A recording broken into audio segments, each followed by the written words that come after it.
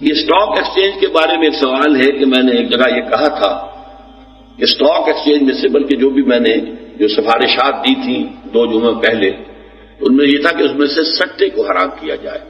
دیکھیے stock exchange خود اپنی جگہ پر جائز ہے یا ناجائز، یہ مسئلہ جو ہے یہ حل ہوگا اس حوالے سے کہ جو میں نے عرض کیا تھا 2 جمعے پہلے اپنی تقریر میں کہ ایک اسلام قانونی سطح پر وہ ہے جو دور ملوکیت میں جو فقہ نافذ ہوئی اور مرتب ہوئی اس کے تحت حلال اور حرام.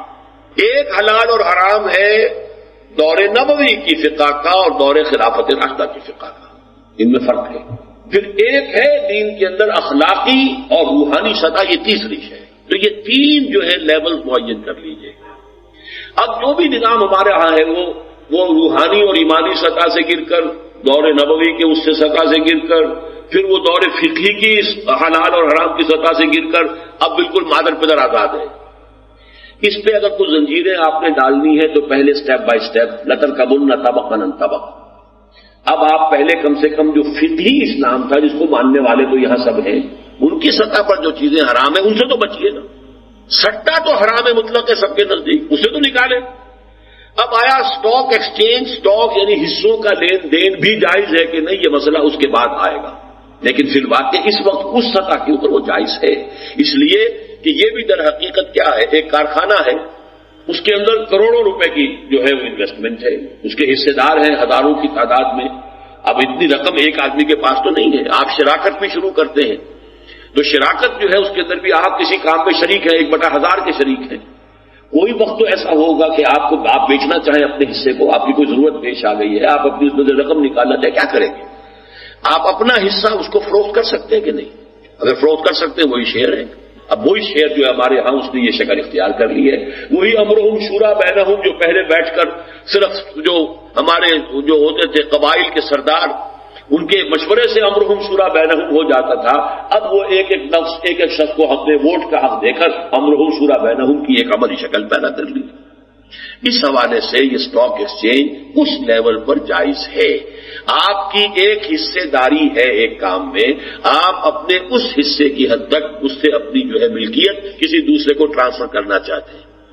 ایک مکان 10 آدمیوں نے مل کے بنایا ہے، 10 آدمی مالک ہیں. ایک شخص کہتا ہے صاحب میں اپنا حصہ جو ہے فلاں کو فروخت کرتا ہوں، تو کیا اسے حق ہوگا کہ نہیں ہوگا؟ اسی معنی میں اسٹاک سے. البتہ یہ کہ اسٹاک جس کمپنی کا ہے، جس فرم کا ہے، وہ اس کا کاروبار بھی حلال ہے کہ نہیں ہے. اب یہ تو پھر سیکنڈری باتیں ہوتی چلی جائیں گی نا، آگے کیا ہو رہا ہے اس کے اندر. لیکن یہ کہ ایز اسٹاک ایکسچینج اصلاً جو بھی اس کی پروپوزیشن ہے ایکچوئل ہو ٹرانسفر، اس لیے کہ یہ بیع و شرع کا بنیادی اصول ہے فقہ میں. جو شے خریدی جائے بیچی جائے بالفعل ہو، یہ نہ ہو کہ نہ بیچی نہ خریدی، بس اوپر ہی اوپر لین دین ہوتا چلا جا رہا ہے، یہ نہ ہو. ایکچوئل ٹرانسفر ہو، اور پھر یہ کہ اس کی ایکچوئل فروخت جو ہے بعد میں ہو سکے. البتہ اس میں سٹا نہ ہو، اسپیکولیشن نہ ہو. البتہ اس سے آگے چلیے تو لمیٹڈ کمپنی ہی شریعت کی روح سے حرام ہو جائے گی. کیوں؟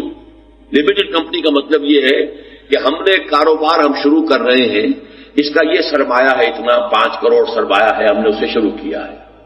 کاروبار ہم نے کیا ہے، اس میں اب قرضے دینے ہیں، کسی اور سے قرضے لے لیے ہیں، کوئی اور ہماری کمٹمنٹ سے فرض کیجئے کبھی اتنی ہو گئی کہ ہم نے کہا اچھا جی ہم تو دیوالا ڈکلیئر کرتے ہیں، دیوالیے ہو گئے آپ. لیکن اب آپ کے قرض خواہ جو ہے وہ آپ کی ذاتی املاک قرق نہیں کرا سکتے، لمیٹڈ لائبلٹی. اور ہوتا کیا ہے، یہی دنیا میں سرمایہ داری کا ایک بہت بڑا ہتھ کنڈا ہوا ہے. یہودیوں نے پیسہ اسی حوالے سے جمع کیا ہے. انہوں نے جو دھوکے دیے، بڑی کمپنی چلائی، بہت سی اس کے اوپر جب لائبلٹیز ہو گئی دیوالیہ ڈکلیئر کر دیا، لیکن اس سے پہلے رقمیں نکال لی. اب آپ کی ذاتی جو ملکیت ہے، آپ کی کوٹھیاں ہیں، آپ کی جائیداد ہے، آپ کا یہ وہ قرق نہیں ہو سکتا. وہ تو جو بھی لمیٹڈ لائبلٹی ہے اس کی حد تک ہی وہ قرقی ہو سکتی ہے. وہ روپے میں پیسہ ملے، روپے میں آنا ملے لوگوں کو، اسی پر آپ کو خراج کرنی پڑے گی. اسلام میں شراکت ہے، کبھی ختم نہیں ہوگا معاملہ. آپ کی اپنی ذاتی املاک بھی اگر وہ نقصان اتنا ہو گیا ہے اور قرضے اتنے چڑھ گئے ہیں تو وہ تمام شرکاء کو اس کی لائبلٹی اپنی ذاتی املاک کی حد تک بھی قبول کرنی پڑے گی.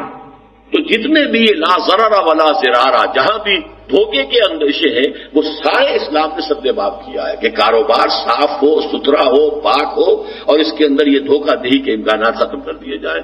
لمیٹڈ کمپنی ایز سچ جو اس وقت کی لمیٹڈ کمپنی ہے وہ جائز نہیں ہے، اور یہ سارے شیئر لمیٹڈ کمپنیز کے ہیں، لیکن اصلاً کوئی شراکت کی بنیاد پر اگر لمیٹڈ کمپنی بنے گی، یا لمیٹڈ نہ کہیے شراکت ہوگی، کمپنی بنے گی شراکت کے اصول پر، اب اس کی حصے داری بھی تو ہوگی نا، اس حصے کی خرید و فروخت جائز۔